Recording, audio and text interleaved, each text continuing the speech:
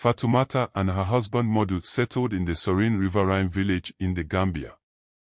They were successful farmers and lived happily. They were blessed with 7 energetic boys, but Fatou'S heart always yearned to have a daughter. Her desire to have a daughter gives her sleepless nights.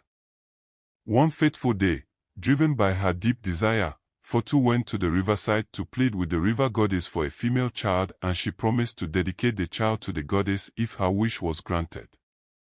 To her immense joy she conceived, and after 9 months the river goddess blessed her with a beautiful baby girl. On the 7th day after the birth, Fatou'S took the child to the riverside as promised and dedicated her to the goddess. They named the child Marietou, and she brought immense prosperity to her family. As Marietou grew older, she became the center of her parents' world. However, unknowns to her family, Marietou had a spiritual husband that was given to her from the river who always visited her in the form of a large python. This mysterious presence would come to her at night, lying beside her and play with her while her family had slept.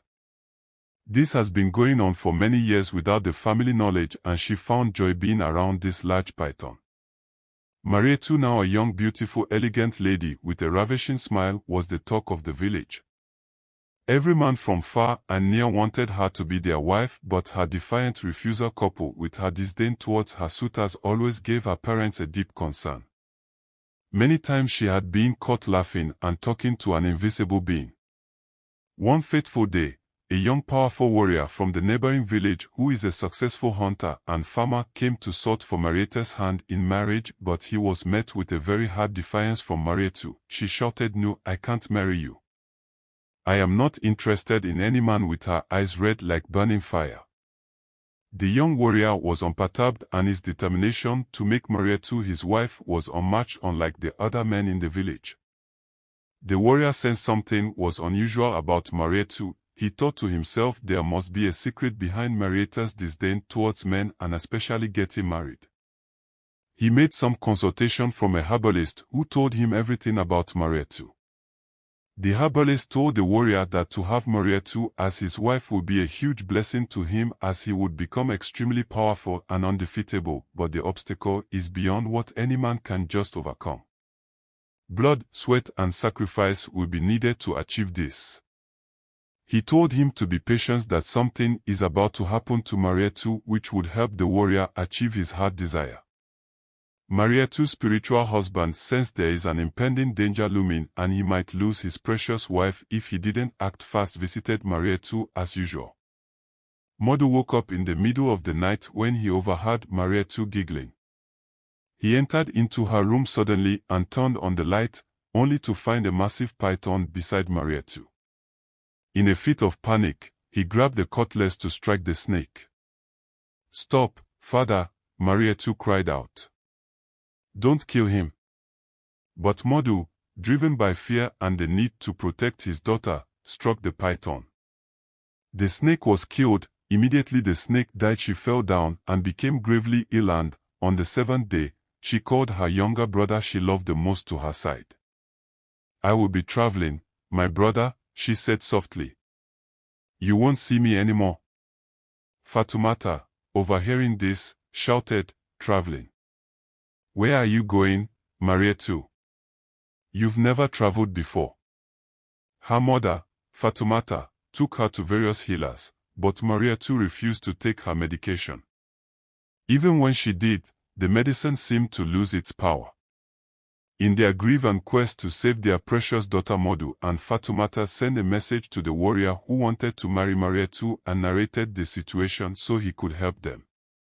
The warrior remembered the herbalist's words that a situation will present itself to achieve his heart desire.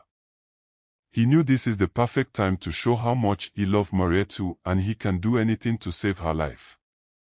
He consulted the herbalist again, and the herbalist told him Marietou has just 10 days to live and return to the river goddess where she came from, unless the warrior can go on a journey into the sacred forest of the 7 spirits where day and night shines together. There is a scentless beautiful flower from the spirit world that is needed in this sacred forest to save Mariette's life. He was fortified and embarked on this perilous journey without heeding to the herbalist's warning that no human enters the sacred forest and returns alive. His love for Mariatu and determination, thus to be an unconquerable warrior, drove him to get the scentless flower to save her. As he ventured into the sacred forest, where the veil between the physical and spiritual worlds was thinnest, he carried with him a talisman blessed by the village shaman, hoping it would protect him from the spiritual husband's wrath. As he approached the heart of the forest, a chilling wind swept through the trees, and a deep, resonant voice echoed around him. "Why do you seek to take what is not yours?" the voice boomed. The warrior stood his ground, his heart pounding but his resolve unwavering. "I seek only to prove my love for Mariatu," he replied, his voice steady. "I wish to free her from your grasp so that she may live in peace." The spiritual husband materialized before him, a towering figure shrouded in mist.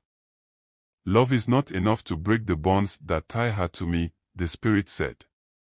"You must show your worth through trials of the spirit." The warrior nodded, ready to face whatever challenges lay ahead. The first trial tested his courage, as he had to walk through a valley of shadows where his deepest fears came to life. The second trial tested his wisdom, requiring him to solve riddles that even the wisest elders could not answer. The final trial tested his compassion, as he had to heal the wounds of a spirit tormented by centuries of sorrow. Though the warrior succeeded in the first two trials, it was the final trial that proved too much. The spirit's pain was too great, and the warrior's heart ached with the weight of it. He realized that some wounds could not be healed by strength or wisdom alone, and he accepted to his fate that he won't be able to save Mariatu, especially with her mother's promise to the river goddess. Defeated but not broken, the warrior returned to the village strongly as ever. He shared his story with Mariatu's family. The family was left in shock and sorrow, but they remembered Mariatu's words and the promise made to the river goddess. They realized that Mariatu's life, though short, had brought them immense joy and prosperity. They honored her memory by continuing to respect the river and its goddess, finding solace in the belief that Mariatu had returned to the spiritual realm where she belonged.